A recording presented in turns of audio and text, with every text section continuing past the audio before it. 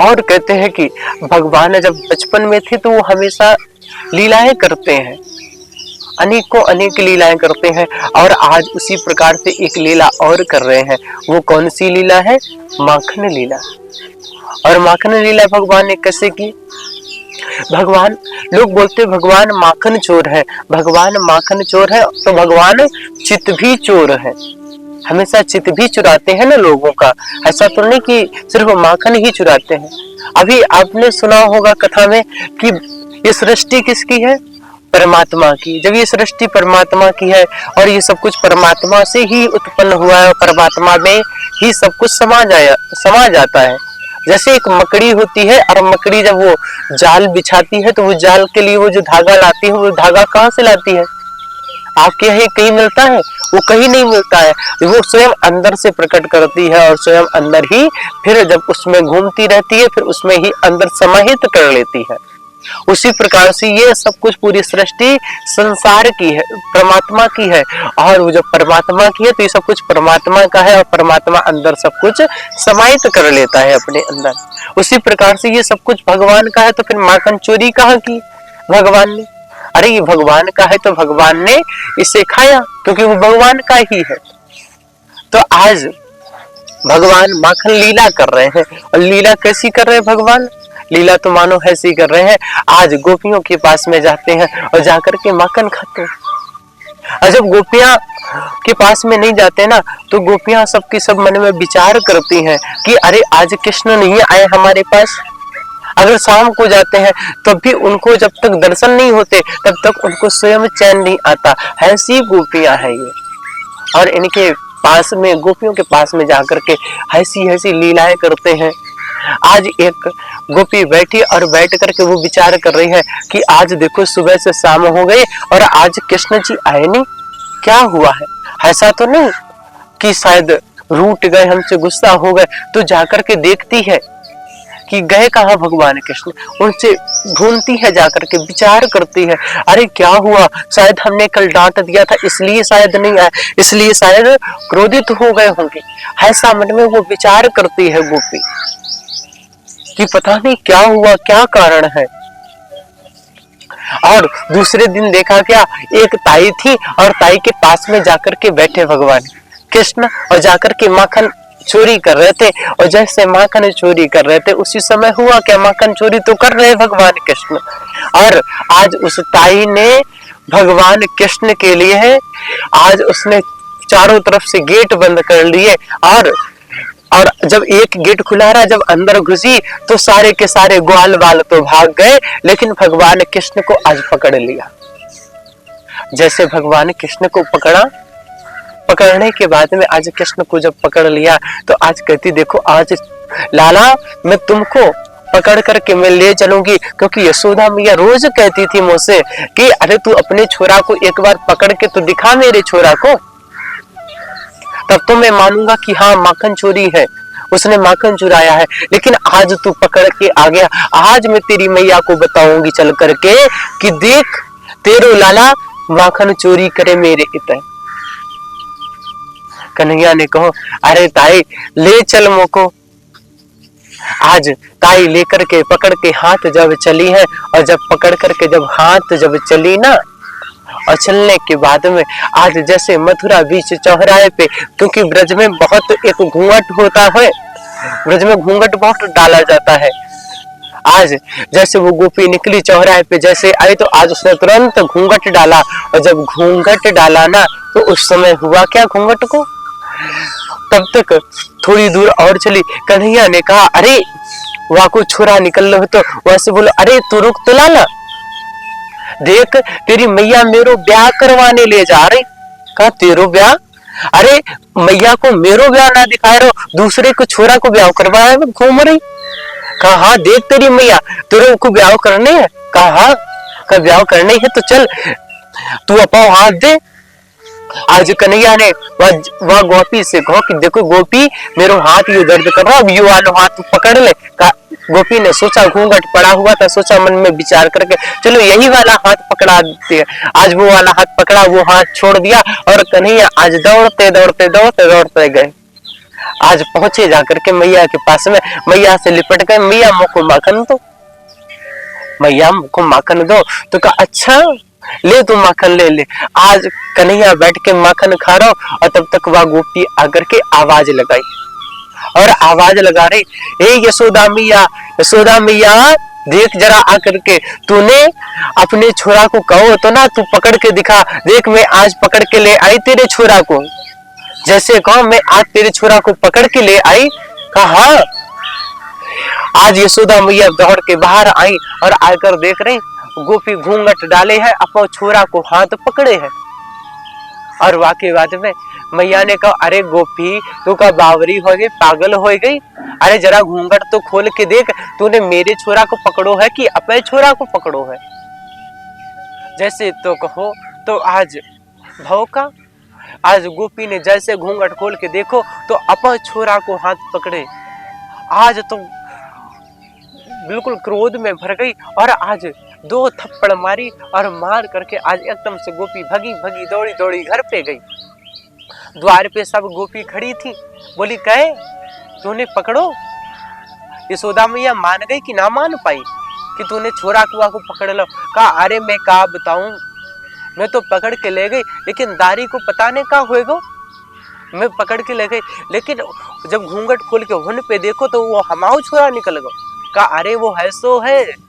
कहा अच्छा वो है सो है। कहा अरे हमें तो मालूम ना है। तो कहा तेरे पल्ले पड़े तब जने। अब सब की सब गोपी हंस रहे, अब ये सब की सब हंस रही थी। और 2-3 दिन जब व्यतीत तो हो गए तब भाव का अब कन्हैया काऊ के घर में न गो। जब काऊ के घर में न गो अब सब की सब गोपियां परेशान हुई, अरे का होगा, अब तो कन्हैया आने लगो, दर्शन ना मिल पा रहे, बताओ बड़ी बूढ़ी तो चली जा, मैं देखे आमे दर्शन करे आमे जाके, और हम लोग तो ऐसे घूमे, हम लोग तो बताओ दर्शन ना कर पावे। मन में विचार कर रहे, सब की सब बहुएं शाम को इकट्ठा भई और बोली देखो सुबह जब सबकी सासू माँ जब जामे यमुना जल पे जब पानी भरन यमुना जी जामे तो सब लोग अपने अपने घर की मटकी फोड़ दियो और कहियो नंद को छोरा आओ तो फोड़ गो और सो अपन लोगन को भेजे। फिर तो अच्छा अब रात्रि भई सब सोए गई, सुबह उठी सब की सब बूढ़ी बूढ़ी टुकनियां सब पानी ले लाने सब यमुना जी पे चली गई। जब यमुना जी पे चली गई तब बहू का इतने आज सारी की सारी जो नई नई बहुएं थी सबने अपने अपने घर की जो परदादी की परसासू माँ की जो मटकी थी अब उन सबको फोड़ डाला, फोड़ करके आंगन में फैला दिया। जब सासुएं आई पानी लेकर, कहा ये क्या हुआ, ये मटकी किसने फोड़ी? कहा अरे वो नंद को छोरा आओ तो मैंने मना करो लेकिन वो तो मानो ना, वहां ने मटकी फोड़ दी। कहा अच्छा वहां ने मटकी फोड़ दी, वाकई इतनी हिम्मत। आज तुरंत क्रोध में आकर के बोली देखो मैं तो जाऊं लेकिन मैं जाऊंगी तो बात थोड़ी बिगड़ जाएगी, यशोदा रानी को बुरा लग जाएगा, तो ऐसो कर बहू तू चली जा। अब सबकी सब अपने अपने घर में सबने अपनी अपनी बहुओं को भेजो। अब सबकी बहुएं निकल करके सब एक जगह खड़ी भई, प्लानिंग तो रात से भई थी। आज जब एक जगह पे जब खड़ी हो गई अब सब बोली कि अब चलो, अब सब की सब गई और जाके यशोदा मैया छत पे थी। यशोदा मैया ने देखो अरे आज तो हमारे घर में ना तो एकादशी को भंडारा हो रहा, ना हमारे घर में कोई पूजा है, ये सब की सब एक साथ में काहे के पीछे आ रही हमारे घर में। आज यशोदा मैया ये सोची और उतर के बाहर आके खड़ी हो गई। देखो कि आकर के सब बोली कह तेरो छोरा कहाँ? कन्हैया आओ पीछे से लिपट गो मैया के। तो कहा देख छिप रहो अपने मैया के पल्लू में, देखो यू कितो अनुवादी है। मैया ने कहो अरे माओ छोरा तो इतो सीधो है, कछु कहो न जाबे, और तुम माए छोरा को तुम अनुवादी बता रहे तो काहे के पीछे बता रही है? सो जैसे इतना कहा काहे के पीछे बता रही है? तो गोपियां बोली अरे मैया तो को ना मालूम तेरो छोरा कितो अनुवादी होवे, कितो ऊधम धरे। अरे बताए मैंने कल सत्यनारायण की कथा हती हमारे घर में, और ये हमारे घर में तुम्हारा छोरा पहुंचो हमसे बोलो कि तुम्हारे घर में का हो। मैंने कही भगवान सत्यनारायण की कथा है हमारे घर में, तो तुम्हारे छोरा ने पता है क्या करो हमारे घर में, और हमसे बोलो प्रसाद दे दो। हमने प्रसाद कही जब पूजा हो जावे तब प्रसाद मिले, तो ये बाहर गो और थोड़ी देर बाद घूम के आओ, हमसे बोलो कि देख चौकी पे तेरे यहाँ पे भगवान सत्यनारायण प्रकट हो गए। कहा मैं पंजीरी कल्हा रही थी रसोई में, मैं उठ करके आई, मैंने चौकी पे देखो तो कुतिया के पिल्ला हो में ना सो उन्हें बैठा दो। कहा बता तेरे छोरो तो अनवादी है। दूसरी बोली अरे तेरे साथ में तो कछु ना करो, हमसे पूछ जरा। अरे ये गोपी मेरे से यहाँ पे गो और हमसे मांग रहे हो तो कि प्रसाद दे दे। मैंने कहा भैया प्रसाद नहीं है छोरा, और प्रसाद जब होवे तब मैं दूं। तो कहा अच्छा। मैंने जब यूं कह दो तो ये को बड़ू बुरू लगो, और यानी पता नहीं क्या करो, रात में गो और हमारे पंडित जी की और हमारी गांठ एक में बांध दी। और रात में जब वे बाथरूम करने गिलाने उठे, जब पेशाब करने गिलाने उठे तब भौंका, और जैसे उठवे के बाद में एकदम हमारी चोटी खिंच गई। कहा हमारी चोटी खिंच गई, हमारी तो गर्दन एकदम टेढ़ी हो गई, बताओ तुम्हारा छोरा कितना अनवादी हो गए। दूसरी ने बोलो अरे तेरे साथ में कछु ना करो, मेरे तो छोरा जो बछड़ा होवे ना वो बछड़न को ढील देवे, दूध ही पिया देवे, माखन ना होन देवे। आज सब यह प्रकार की अपनी पैसा बातें कर रही हैं, और काहे के पीछे कर रही हैं, ये सब बस और बस कन्हैया को दर्शन करे के लाने। इधर सब की सब सासू माँ बिचारी बैठी हुई। कन्हैया ने कहा अरे मैया मैं तुम्हें क्या बताऊं, या गोपी को देख रही ना, या गोपी कितनी पता है कैसी होवे, ये गोपी तो ऐसी होवे मैया, मैं क्या बताऊं तुम्हें।